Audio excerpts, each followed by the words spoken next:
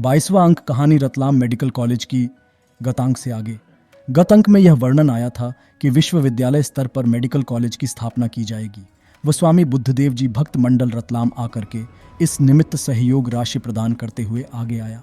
तत्पश्चात नगर निगम चुनाव को दृष्टिगत रख राजनीतिक दलों से अपने अपने चुनाव घोषणा पत्र में मेडिकल कॉलेज स्थापना में सहयोग देने संबंधी उल्लेख की अपील करने पर सभी राजनीतिक दलों ने और उम्मीदवारों ने इस विषय को जोड़ा।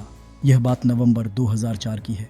इस पर सामाजिक कार्यकर्ता द्वारा अनिल झालानी एवं शब्बीर ढासन ने सभी राजनीतिक दलों के प्रति आभार व्यक्त करते हुए विश्वास व्यक्त किया कि सभी राजनीतिक दल एवं संस्थाएं आगे भी इस प्रकार सहयोग देते रहेंगे, जिससे यह कार्य अतिशीघ्र पूर्ण हो सकेगा, जो कि नगर के विकास में एक मील का पत्थर साबित होगा।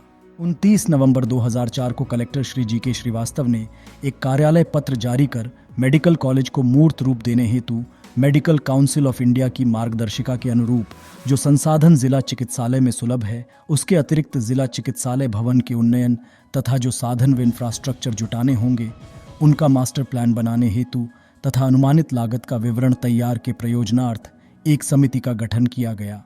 समिति में doctor J.M. Subedar, doctor M.A. Qureshi, doctor Harish Khandelwal, doctor Vipin Maheshwari, doctor Uday Yarde, doctor Padam Ghate को दायित्व दिया गया कि वे मास्टर प्लान बनाकर प्राथमिकता के आधार पर कौन से कार्य प्रारंभ किए जाने होंगे तथा उसकी अनुमानित लागत सहित विवरण तैयार कर सुलभ करावे।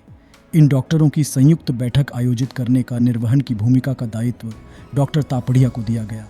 इनकी मार्गदर्शन व सहायता के लिए तत्कालीन पदेनाई MA अध्यक्ष तथा वरिष्ठ चिकित्सक डॉक्टर S.N. मेहरा को योजना के अनुमोदन की कार्रवाई के रूप में जोड़ा गया।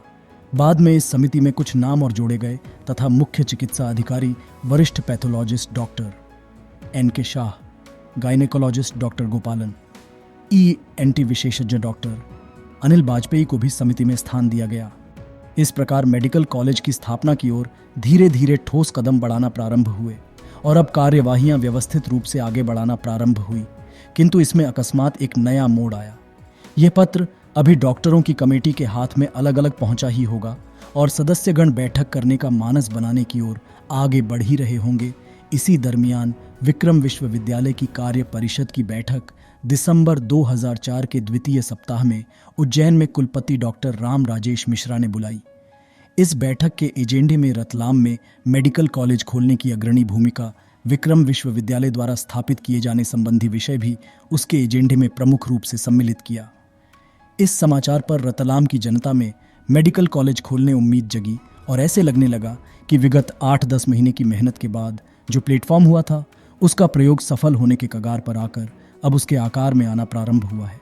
Collector Shri GK. श्रीवास्तव द्वारा अपने निजी चिंतन से तथा पुराने अनुभव के आधार पर नए मेडिकल कॉलेज की स्थापना के संबंध में जो फॉर्मेट तैयार किया गया था, इस फॉर्मेट को आधार लेकर त्रिपुरा की राज्य सरकार ने अगरतला में निजी पूंजी से शासकीय अस्पतालों को उन्नीकरण त्रिपुरा यूनिवर्सिटी से एफिलेटेड कर 100 सीटों वाले मेडिकल कॉलेज स्थापना करने का राष्ट्रीय स्तर पर विज्ञापन प्रसारित किया।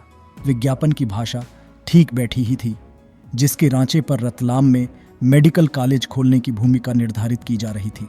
विज्ञापन में निजी संस्थानों से आर्थिक सहयोग के रूप में निवेश का न्योता देते हुए निजी संस्थान के द्वारा मेडिकल कॉलेज संचालित करने का एक टेंडर प्रस्ताव जारी किया।